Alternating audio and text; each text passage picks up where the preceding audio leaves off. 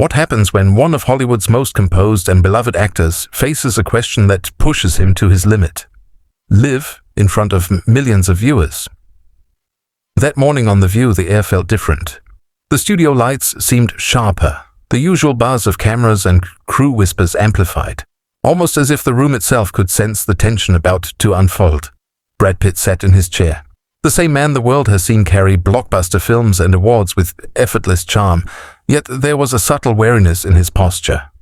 His smile, polite and measured, didn't quite reach his eyes, and for anyone watching closely, it was the hint of a storm building beneath the calm surface. Across from him, Sunny Hostin leaned forward, her gaze razor-sharp, radiating focus that could unnerve even the most seasoned interviewee. There's something about live television. You can feel it in the room when something is about to happen. Even before the question dropped, the tension was palpable. This wasn't going to be the casual chat about movies and charity work that Brad might have expected. The conversation began gently. Brad spoke about his latest projects, his upcoming film, and some of the causes he quietly supports. Laughter bubbled up from the audience at familiar anecdotes and charming quips, the atmosphere light and comfortable. But beneath it all, Sunny's attention never wavered. Her eyes locked onto him with a precision that made it clear she was preparing to deliver a question that could tip the scales. It was a subtle shift, but anyone paying attention could see it. The mood in the studio was about to change. Then she spoke. "Brad," Sunny began, calm yet edged with steel, "you've been celebrated for decades as one of Hollywood's most admired actors. But some feel you're selective about the issues you speak out on, particularly regarding accountability in this industry. Do you think that's fair?" Even the murmurs in the audience died instantly. The room fell into a hush, so complete that you could almost hear a pin drop. Brad blinked once, twice, his polite smile faltering for a brief moment.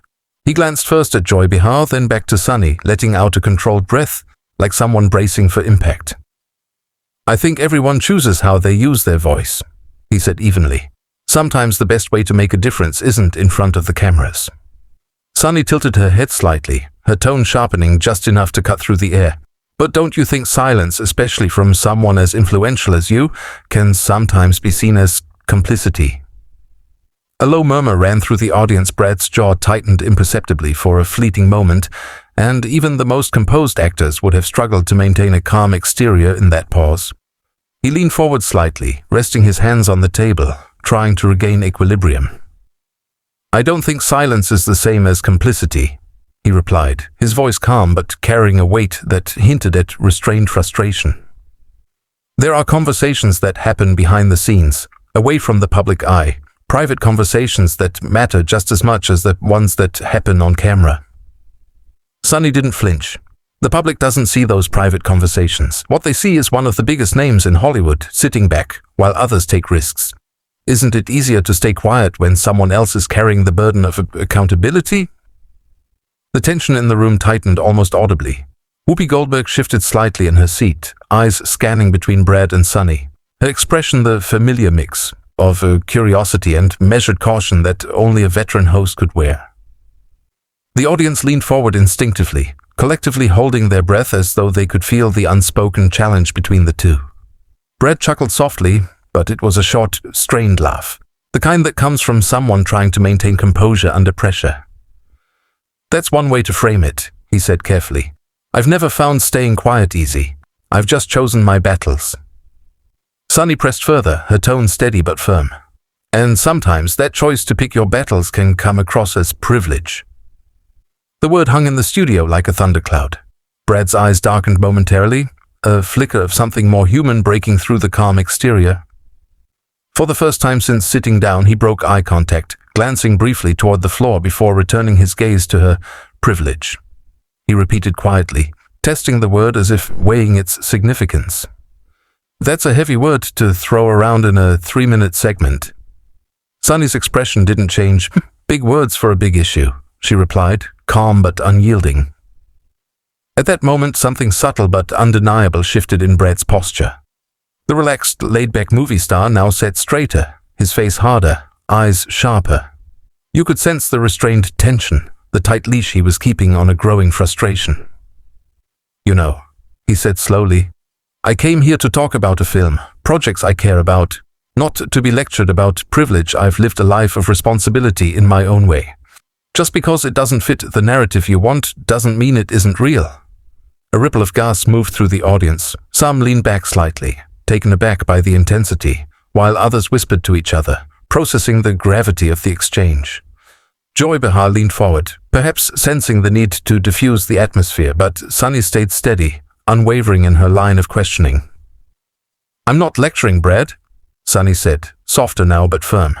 "I'm asking because people look up to you. When they don't hear you speak up, they wonder if you even see the problem." Brad's fingers drummed lightly on the table, a subtle tell of the restraint fraying at the edges.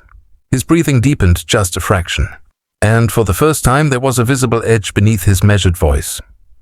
"Maybe," he said, finally, voice calm but carrying the weight of someone cornered. "The problem is we expect actors to be moral compasses. I'm here to tell stories. That's it." The tension became almost physical. The air in the studio seemed to vibrate, fragile silence stretching taut. Sunny's eyes narrowed just slightly, calculating her next words like a chess player considering a decisive move. "But staying neutral is still a choice," she said quietly. "And in times like these, that choice speaks louder than silence." Brad's response came sharply, louder than anyone expected. "Don't tell me what neutrality is." The words cut through the studio like a sudden gust of wind. The audience reacted instantly, gasps rising as cameras jolted slightly. Even Whoopi's usually impassive face revealed surprise. Brad exhaled, jaw working as he pressed his lips together. The restraint for a moment cracked. The cameras caught every subtle twitch, every fleeting expression. "This is the conversation people have been waiting for," Sunny said almost in a whisper, her calm edge still intact, their eyes locked. Brad's blazing, hers unyielding, and for a heartbeat, the rest of the world outside the studio seemed to disappear. Then the commercial break came, the bright applause sign flashing, but the audience remained unusually quiet. Brad remained, seated, rigid, fingers clasped as though seeking control in the stillness. The tension didn't dissipate. It thickened, heavy and almost oppressive, like the quiet before a storm. When the cameras returned, Brad's smile had returned, but it was more like armor than warmth. Sunny leaned forward again, asking about the responsibilities fame brings. Brad responded carefully, measured, but there was a defensiveness beneath the surface that even casual viewers could sense. "I tell stories," he said. "I'm not a politician, not a preacher. I do what I can, in the ways I can. If that isn't loud enough for some, what more do you want?" The audience murmured softly, some nodding in agreement, others whispering to neighbors. Joy interjected with humor, attempting to lighten the atmosphere. Brad didn't respond with laughter. He remained focused, listening to the questions that were now loaded with tension. "You know what's funny?" he asked, voice edged now. "I came here to talk about the art, the work. But it feels like none of that matters anymore. All that matters is where I stand. Art should be truth, not a side." Sunny's voice remained steady, even under the pressure. "Sometimes staying neutral is interpreted as a choice in itself, Brad. Even if you don't intend it that way, people read silence as a statement." And then the dam broke. Brad stood, voice raw and unrestrained. "I'm tired of being told I'm not enough." The audience froze. Even the hosts, trained to handle heated moments, paused mid-sentence. "I've given decades of my life, time, energy, effort, to causes I care about, and it's never enough. Always say more, do more, prove more. I'm done proving myself to strangers." The studio fell into heavy silence. Even Sunny's steady gaze softened slightly, hinting at understanding. Brad shook his head, voice still sharp. "I came to talk about a film that's about hope, about resilience, not to defend every word to suit the headlines." The audience murmured again, some sympathetic, others unsure. Sunny replied gently, "I hear you. People wanted to hear that hope from you too." Brad let out a bitter short laugh. Maybe they should stop looking for hope in actors. And then finally he stood. The scrape of his chair against the polished floor echoed through the studio, a sound louder than any applause. Without looking back, he walked toward the wings, leaving an empty chair and a stunned room behind him. The tension lingered, heavy and tangible as the audience processed the moment. In the hours that followed, clips exploded across social media. Headlines screamed, "Brad Pitt storms off live on TV." Fans debated, some praising his courage, others criticizing his refusal to engage. Memes spread rapidly, capturing Brad's hardened expression with captions ranging from humorous to analytical. The moment became a cultural flashpoint, dissected on forums, podcasts, and talk shows. But beyond the headlines, this was about more than a celebrity losing composure. It was about the tension between personal conviction and public expectation. It was a stark reminder that even the most composed, most admired figures can reach their limit when constantly forced to define themselves, not as artists but as symbols. So what do you think? Was Brad right to walk away, or was Sunny asking a question the world needed answered? Drop your thoughts in the comments. And if you want more stories of raw, unforgettable live television moments, subscribe to Prime Narrator, hit that like button, and share this video with friends.